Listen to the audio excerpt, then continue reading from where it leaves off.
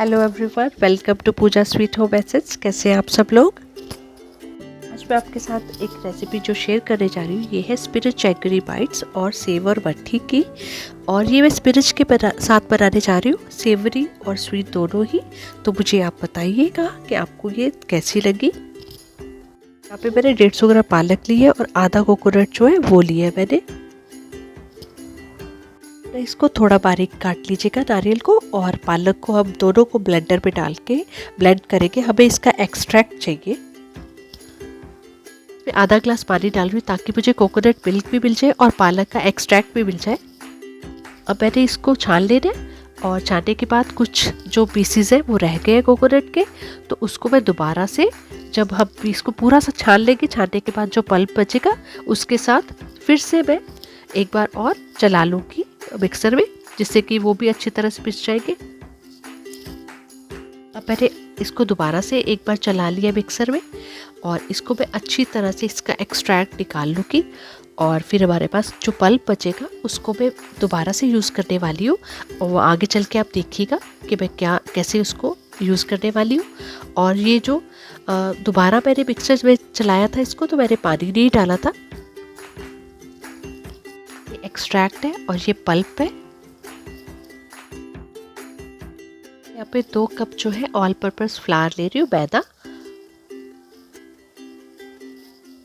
मैंने इसमें half tea spoon baking powder डाला है, और जो एक्सट्रैक्ट था हमारा कोकोनट और स्पिनच का, उसके साथ हम इसको गूंदेंगे। और इसको हम आराम से थोड़ा थोड़ा डाल के इसको गूंदते जाएंगे, क्योंकि कोकोनट है तो ऑलरेडी थोड़ी चिकनाई है इसमें, इसलिए मैंने कोई भी इसमें ऑयल अभी नहीं डाला है। लास्ट में डालेंगे जब पूरा हम इसको गूंद लेंगे। जब आप डो तैयार करोगे तो आपको कोकोनट की वजह से थोड़ा सा चिकनाई फील होगी। अगर आपको बिल्कुल भी चिकनाई फील ना हो, क्योंकि कुछ कोकोनट कम चिकनाई वाले होते हैं, डिपेंड करता है उनकी क्वालिटी पे, तो आप घी थोड़ा ज़्यादा यूज़ करना। मैं बताने जा रही हूँ उस पल्प को मैंने कैसे यूज़ किया। उसमें मैंने 1 कप मैदा और 1 कप चावल का आटा और 1 कप बेसन मैंने ऐड किए।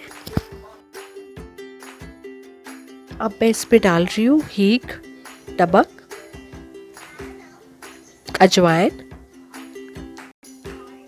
गरम मसाला, ये काले तिल है, ब्लैक सेसमी सीड्स, वो मैं इसमें ऐड कर रही हूँ। थोड़ी सी लाल मिर्ची, हल्दी, कसूरी मेथी। अब मैं इसमें थोड़ी काली मिर्ची और जीरा पाउडर ऐड कर रही हूँ, क्योंकि मुझे इसको काफ़ी मसालेदार बनाना है, इसलिए मैं ये मसाले यूज़ कर रही हूँ। अगर आप कम चाहते हैं तो आप कम कर लीजिए। और ये मुझे थोड़ा सा स्पाइसी चाहिए था, इसलिए मैंने इस पे मसाले डाले हैं। और ये स्पाइसी ही अच्छा लगता है, क्योंकि जब सेव बनाते हैं तो इतने मसाले आप डालोगे तो फाइनली ये इतना ज़्यादा खाने में इतना ज़्यादा स्पाइसी नहीं लगता। अगर जिनको कम मसाले पसंद है तो वो थोड़े कम भी कर लीजिएगा। और फ्लावर्स की क्वांटिटी भी आप अपने हिसाब से रख सकते हो, क्योंकि जितना आपका पल्प बचेगा उसमें आपको कितना ऐड करना है वो आप अपने हिसाब से थोड़ा एडजस्ट कर सकते हो।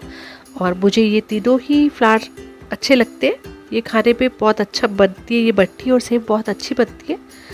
और देखिए जैसे मैं अभी मैदा ऐड कर रही हूँ, क्योंकि पल्प के हिसाब से ये थोड़ा कम पड़ रहा था फ्लावर, और ये ढीला बन रहा था, तो उसको मुझे थोड़ा सा और टाइट बनाना था, तो मैंने थोड़ा फ्लावर और ऐड कर लिया। और लास्ट में मैं इसको घी के साथ थोड़ा सा मल लूँगी।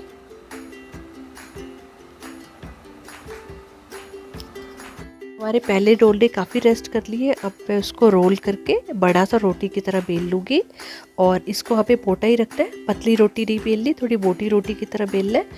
और ये बच्चों के लिए बहुत ही हेल्दी स्नैक्स होता है जो मैं बना रही हूँ, और ये मैं अपनी बेटी के लिए बना रही हूँ, ताकि जब उसको बीच में भूख लगे तो मैं उसको खिला सकूँ। और उसका थोड़ा स्वीट टूथ है, उसको मीठी चीज़ें पसंद है, इसलिए।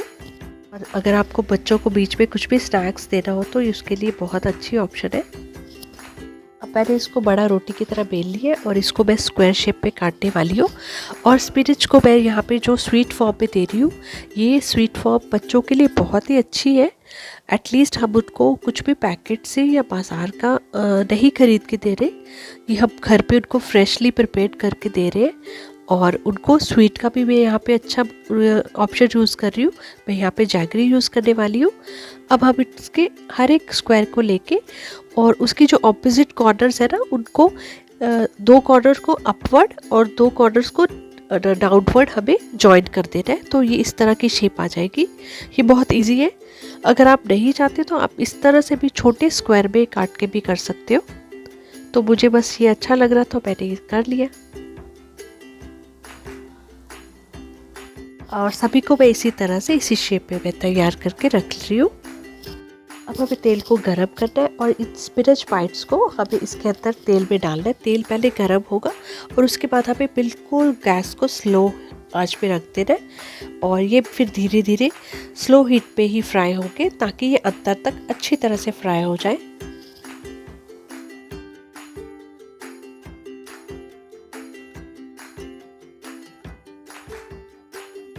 अब ये जो बाइट्स है स्पिनच बाइट्स, ये पूरी तरह से फ्राई हो गई है। इनको मैं बाहर निकाल लूँगी और जितनी मेरी बाइट्स और बची है उनको भी मैं सारी एक ही साथ फ्राई करके रख लूँगी। कोई की ध्यान रखना है, इसको आपको तेज़ आंच पे नहीं फ्राई करना है, इसको लो हीट पे फ्राई करना है। मैं एक पैन में जैगरी पाउडर 1 कप, आधा कप पानी और थोड़े से इलायची के दाने ले रही हूँ। बॉईल होने के 1-1.5 मिनट के बाद इसमें घी डालना है। इसकी बेलनी एक तार से ऊपर की चाशनी बनानी है, इसलिए आप जब चाशनी बच जाए एक तार की तो इसको 1-1.5 मिनट और पकाइए। अब आप देखिए ये जो चाशनी है ये एक तार से ऊपर बन गई, ये थिक वाली तार आपको नज़र आ रही होगी। अब मैंने इस पर 2 चम्मच भर के जो है वो तिल डाल दिए। तिल डालने के बाद साथ ही मैंने जो बाइट्स फ्राई करी थी वो इसमें ऐड कर दिए और हमें इसमें गैस इस टाइप स्लो रखनी है और इसको अच्छी तरह से कोट कर देना है इन बाइट्स के ऊपर। और इस तरह जब अच्छी तरह से बाइट के ऊपर कोट हो जाए तब हमें गैस बंद कर देना है और इसको ठंडा कर लेना है। क्योंकि इसमें घी डाला था इसलिए इसके ऊपर ग्लेज ऐसे ही रहेगा, ये शाइनिंग ही रहेगी। और जैगरी की बाइट्स रेडी हो गई है हमारी। जो हमने स्पिनच और कोकोनट के पल्प के साथ जो हमने डो तैयार करा था उसके साथ मैं सेवरी डिश बनाने जा रही हूँ। इसके लिए मैं बोल्ड में इसको भर रही हूँ। अब मैं सेब को फ्राई कर लूँगी और ये स्पिनच की जो सेवरी डिश है वो मैं इस तरह से बना लेती हूँ, जो भी ये पल्प बचता है। तो आप भी इस तरह से ट्राई कीजिएगा। और थोड़ी सी मैं मट्ठी बना लूँगी इसकी।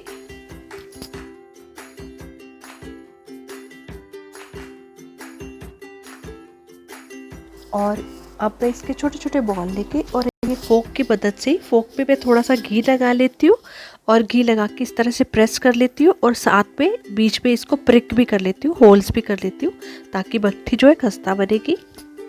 अब मैं धीरे धीरे करके सारी मट्ठी इसी तरह से फ्राई कर लूँगी।